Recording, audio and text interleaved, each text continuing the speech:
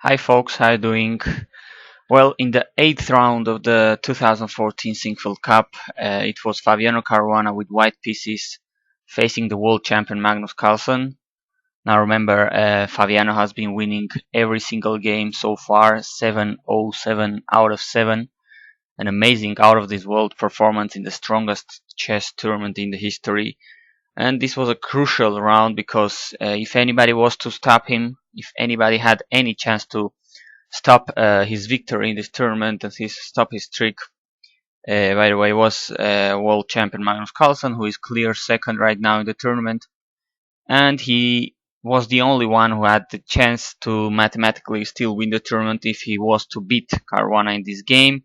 And well, I guess Caruana losing the other games and Magnus winning the rest of the games, so he would have a possibility to clinch the first prize. So that's why this was a very, very important game. And it didn't let us down. It was an interesting battle. Let us see what happened. Caruana as white. As always, he plays 1e4. And Carlsen plays Sicilian this time, c5, knight c6. And after the open Sicilian, c takes, knight takes. Carlsen chose the accelerated dragon with g6. Interesting choice. Well, I don't know much about this, the subtleties of this theory, because I think the accelerated dragon just discourages white from playing some of the most aggressive setups of some of the critical lines. Maybe the Yugoslav attack, I'm not sure, but it has on the other hand, has a drawback that it allows what Caruana plays, c4, the strong and solid, difficult to play against Maroxy bind. In the normal dragon this is not possible, because normally in the standard dragon black starts by playing after d6 he plays knight f6, so white has to defend the pawn with knight c3, so c4 isn't possible anymore. I repeat, after d6. So g6 was played first by Carlsen, and now Caruana goes for the hyper solid Maroxy bind, c4, controlling, putting really a bind on the position, controlling d5, and this has the reputation to being very tough to beat and really difficult to play for black, because black doesn't have that much counterplays here. Knight f6, now white plays knight c3, d6. Okay, normally people usually play here bishop e2, later we'll play castle f3, bishop e3, and this is queen d2. This is the normal Maroxy bind, then b3, and well, white is standing in a very solid position, controlling the center of the board, developing all his pieces harmoniously, and just wait and see what black can try to do. Controlling all the center, it's easier to play, of course, with white. But Caruana plays it slightly different. He plays f3 here. After knight takes, queen takes, bishop g7. He plays bishop to e3. And after Magnus Carlsen castles short, the queen goes back from this diagonal in which the black bishop is. It goes to d2, controlling h6.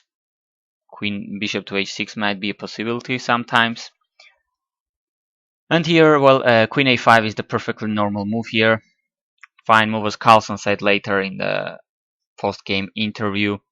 But here he tries something more unusual. Still has been played. There are some games in my database, but apparently this is not that usual idea, to play a5 here, stopping somehow sometimes b4 by white, grabbing some space on the queen side, and well, it's a different idea, and it seems in this position. b3, Caruana playing solid so far, and Carlsen keeps pushing his pawn. He plays a4. Well, now after b4, white has a couple of nice looking pawns here. Meanwhile, black's pawn is, well, it could be useful in a potential endgame if it reaches a3, clinching these dark squares here, but it also could result in a weak pawn. So, okay, not easy to assess this pawn's strength here. This is a fairly fresh territory already. By the way, a couple of games in the database, but not that important. So bishop e6 was played here by Carlsen, developing the piece, eyeing here the c4 pawn. Very logical by white here to play rook to c1. I mean, gets away from this dark squared diagonal where the dragon bishop of black is. Also gives him the possibility to defend the c4 pawn by moving the knight. The bishop is already protecting there. So a super solid position so far for Caruana. Better one. And now Carlsen plays knight to d7. He's planning a little trip with the knight to the queen side to try to create weaknesses. After bishop e2, well, he goes to b6. That's protected with the queen, and now he's putting pressure on the c4 pawn. White is for choice here. He can, of course, the move is to move the knight so that the rook is protecting there as well. And Caruana admitted that his original idea was to play here knight to d5, which seems fairly reasonable and natural. And after bishop takes, e takes, with the idea to play c5, having a very nice game here, very good position. This is what Caruana told us in the post-game interview. His was his original idea, but he thought later that with knight b5, what he played, it was even more unpleasant for black to play this position because, well, he was saying black basically has nothing here. And he may be right. a3 was played by Carlsen. He keeps pushing this pawn. Now you see that b2 is controlled by the pawn, so in any moment bishop could jump there. Although it may not be that a great move right now. Knight a4, knight b2 could be an idea. So Carlsen is giving himself the tiny possibilities of creating something here, having something going on the queen side if it's needed. And the idea of Caruana was now to go back with the knight to d4, attacking the bishop, centralizing very well the knight from c3, b5, now d4. Bishop goes back to d7. And now, great concept. I mean, you have all your pieces developed, bishop pairs, stable center, h4, why not attack the king, try to go for checkmate as this knight is very far away from the defense of the king side. Remember, it was on f6 originally, it went to d7, b6.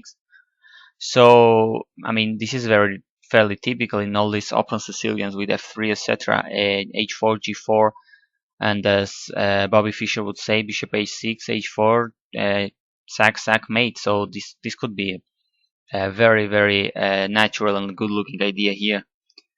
Carlsen has to play h5 here to try to stop immediate h5, but wonderful g4, very nice played by Caruana here, going for everything. I mean, you would expect someone who has a 7-0 streak like this to just play very solid and cagey and try to get the draw, but he's not for this. I mean, he sees an opportunity to try to win the game and he goes for it, so kudos to Fabiano. H takes, F takes, and as strange as it may seem, this is the great mystery of chess. I mean, the more anti-positional of the moves here, it seems is the only one for Magnus Carlsen to keep holding this position. So e5 was the move that Carlsen plays here, the best move it seems in this position.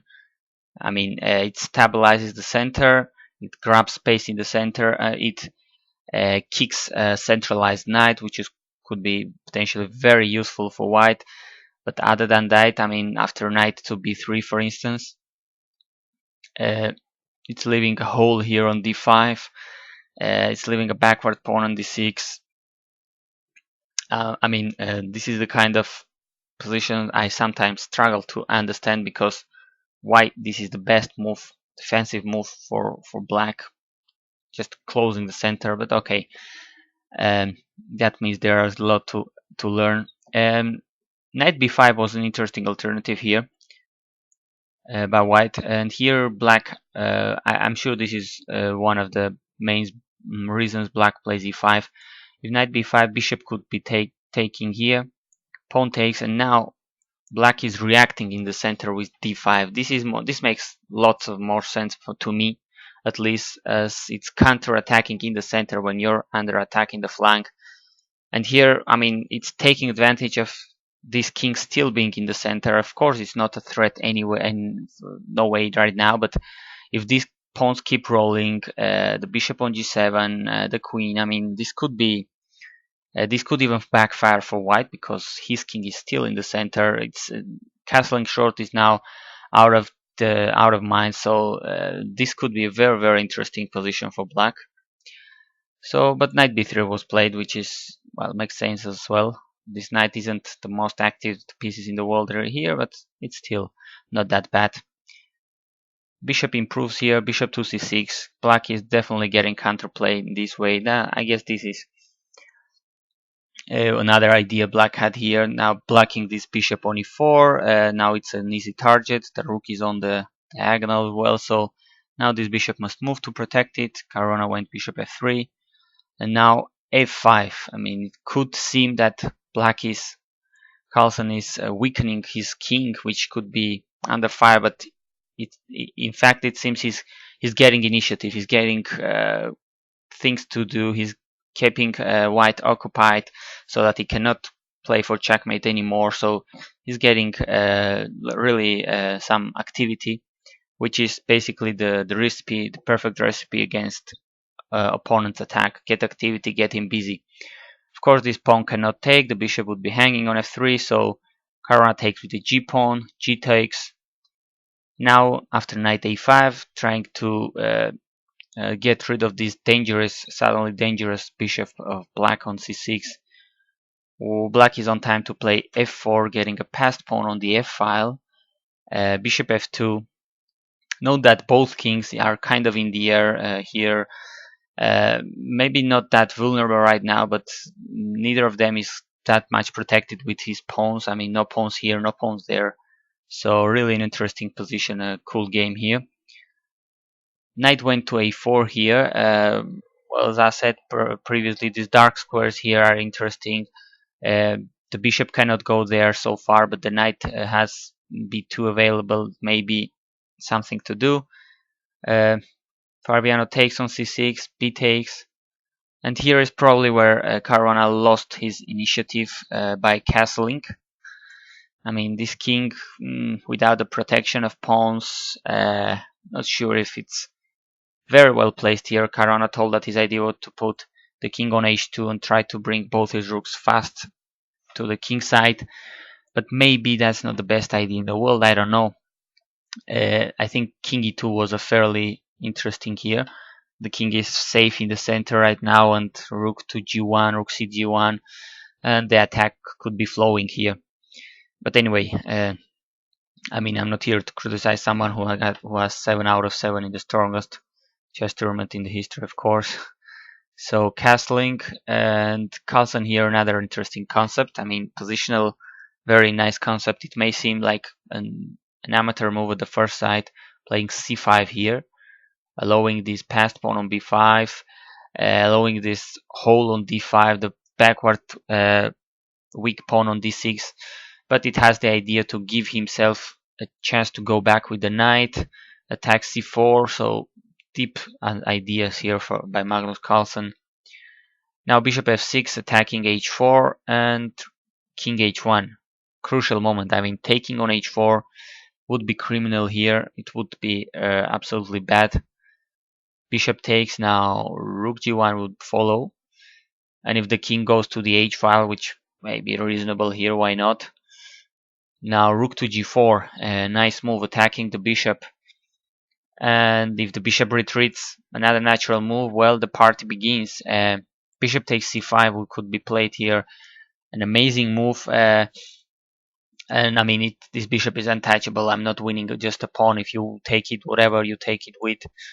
Queen h2, checkmate is to follow. So, and really amazing attack could be going on here for white if black was to take on h4. Of course, Carlsen can see the danger.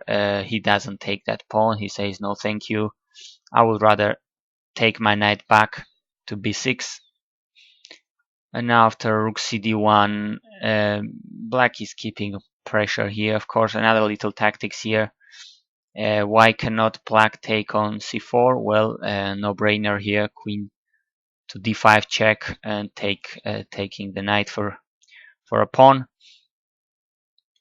And that's the reason Carlsen plays king h8 here, getting away from the diagonal. And now some exchanges happen. Queen takes d6, queen takes, rook takes, and of course the knight takes on c4, restoring material balance. And after rook d5, okay, white may be still better, but this seems pretty more equal than a couple of moves ago. Knight d3 forcing white to take, getting rid of white's bishop pair, getting opposite colored bishop here, bishop to e2, bishop takes on h4, rook f5, rook takes, e takes. And although black's pawn structure is ruined, white has a couple of passed pawns. Really, this seems very drawish, and that's the way this game ended after rook d8. Well, Caruana couldn't be that. I mean, he couldn't be that sad about the outdrawing game and clinching first place at this strong tournament, so he didn't mind at all this endgame, which is of course absolutely drawn, opposite colored bishops, and no chance for the player to win this. Bishop d3, 42 moves, and they shake hands and sign the score sheets. A draw in the 8th round between Fabiano Caruana and Magnus Carlsen. At least Carlsen gets Caruana's amazing performance streak to stop after winning 7 games in a row, and this way the Italian Super GM wins the first prize with 2 games to spare. I mean, he could not appear to play in the rest of the games and would still be called to take the $100,000 prize. So anyway, a strong performance, amazing performance for ages by Fabiano Caruana in this 2014 Sinquefield Cup. Thanks for watching.